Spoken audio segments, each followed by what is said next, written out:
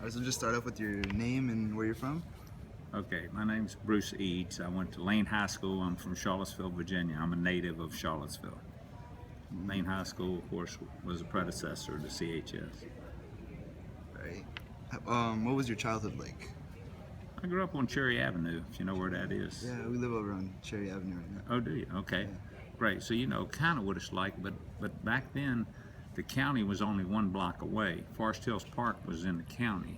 Yeah. And you know where Forest Hills Park is? Yeah. Okay, that was in the county. And where the little Buford, is it Buford? Not Yeah. Buford, Buford. over there. That was a horse pasture when I grew up. I used to shoot my bow and arrow over there and BB gun.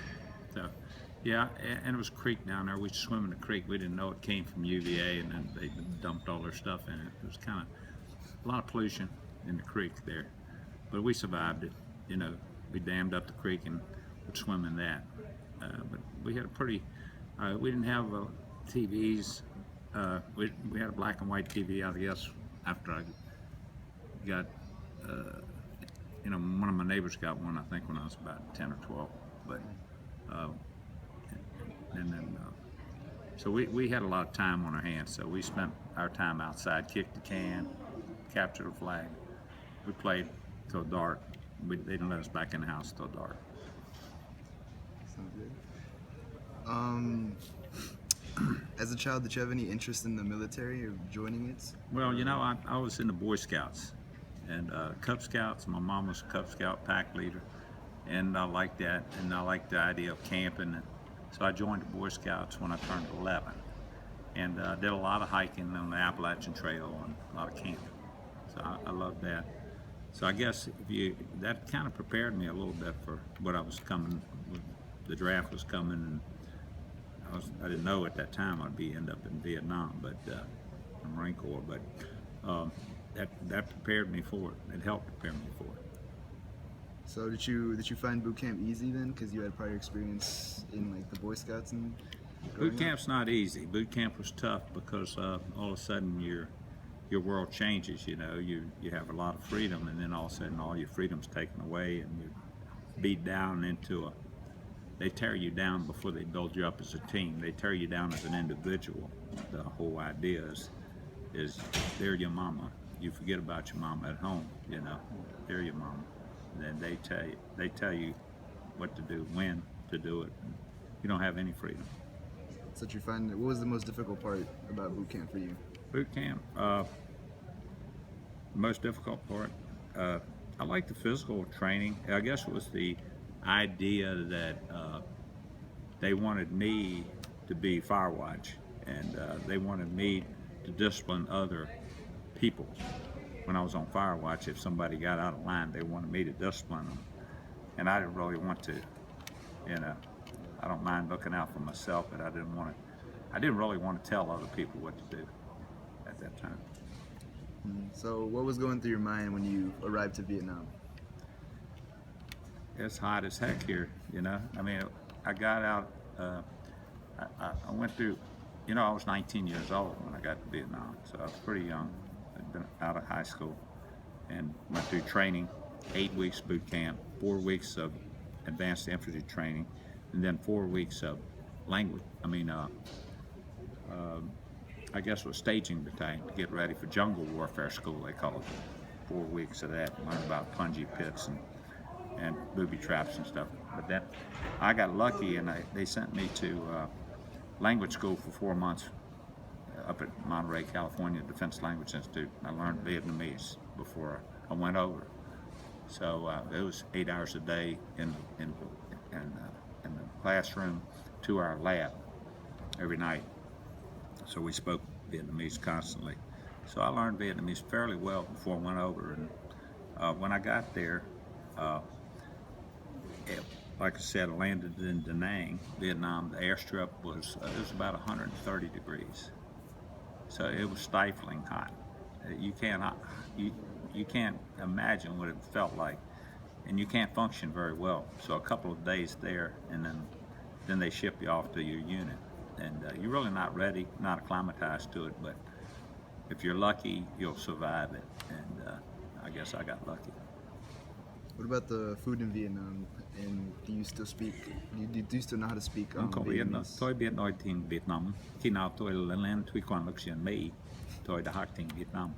Yeah, I still speak it some. I can order in a Vietnamese restaurant, and the Vietnamese people, you know, over 3 million Vietnamese people have migrated to our country and assimilated in from North Vietnam since the end of the war in 1975. So Vietnamese people have gotten past Vietnam, and they actually love Americans now. They always were resilient people. They've been at war for 1,000 years, so I guess they were kind of used to it.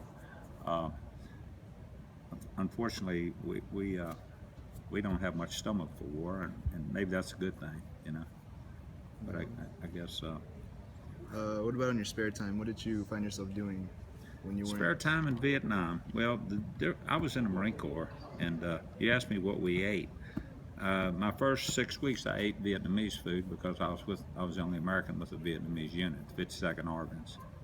So I was a liaison. I went on one combat patrol during the day, one night ambush at night with the Vietnamese unit. Usually walk tail in Charlie, because these guys, I didn't know them very well, and I didn't really feel comfortable with them. So eventually I requested to get out of the unit, and they granted my request and put me with a regular Marine unit that was going north to the DMZ, the Battalion 1st Marines. And so I spent the rest of my 13 months there on the DMZ trying to stop the North Vietnamese from coming across the border. What did we eat? Well, on Christmas Day we got to go to the ship and eat a hot meal, and then the next day we were back in the field. Otherwise we ate sea rations, what they're called sea rations. They were pretty old. Some of them were from World War II in Korea. They were left over. Some of them were 15, 20 years old or more, and even had rust on the cans, so they weren't very good. They obviously, I lost 50 pounds. I played football on the state championship team here at CHS, or Lane High School it was called at the time. You know, we had the streak going. We won 50-some games without losing any, and we were state champions. And I was used to winning. And then I went to Vietnam and learned how to lose in the Marine Corps, I guess. Yeah, I guess. Kind of losing my train of thought. What was that question again? It's fine. What do you feel? How do you feel about the United States leaving the war early? Like, were you against it, or? You know, I came back from Vietnam, and I blended in to college, and in Miami. I went to college in Miami. Miami-Dade Junior College is a very liberal college. It had a lot of people, protesters, and I blended in there. And I got me a chopper, and I was kind of, I guess, called me a weekend hippie or something. But my wife and I, we had our kids there, and so I was not for the war. I never was really for the war. I didn't understand the war. I believed our government when they told us about the domino theory, that they were trying to stop communism, and to that extent they did succeed in stopping communism from spreading. That's the only good thing that came out of the war. I think it didn't progress to Thailand and Indonesia and all the countries around there. So in that respect it was successful, but yeah, I was glad to see the war ended. I was glad when Nixon was able to end the war. No one hates war more than a warrior. The peace protesters think they hate war, but they don't hate war near as much as somebody has to fight in it. I agree. And did you win any medals or awards in? You know, a medal and about $5 will buy you a cup of coffee at Starbucks. So I never even got my medals. I didn't want them. I had no use for them. And are you still a resident? I do have a pen that Congress gave me after 50 years. Of course, I paid for it with my tax dollars, so I figured I better get that. I have this little pen that says, "A grateful nation honors and thanks you for your service to our nation," on the backside in small print. You guys could read it because y'all got good eyes. But if you like, I'll take it off and you can read that. But that's the only thing I really got that I kept from Vietnam. I said, you know, after 50 years, if they want to give me this pen, I'll take it.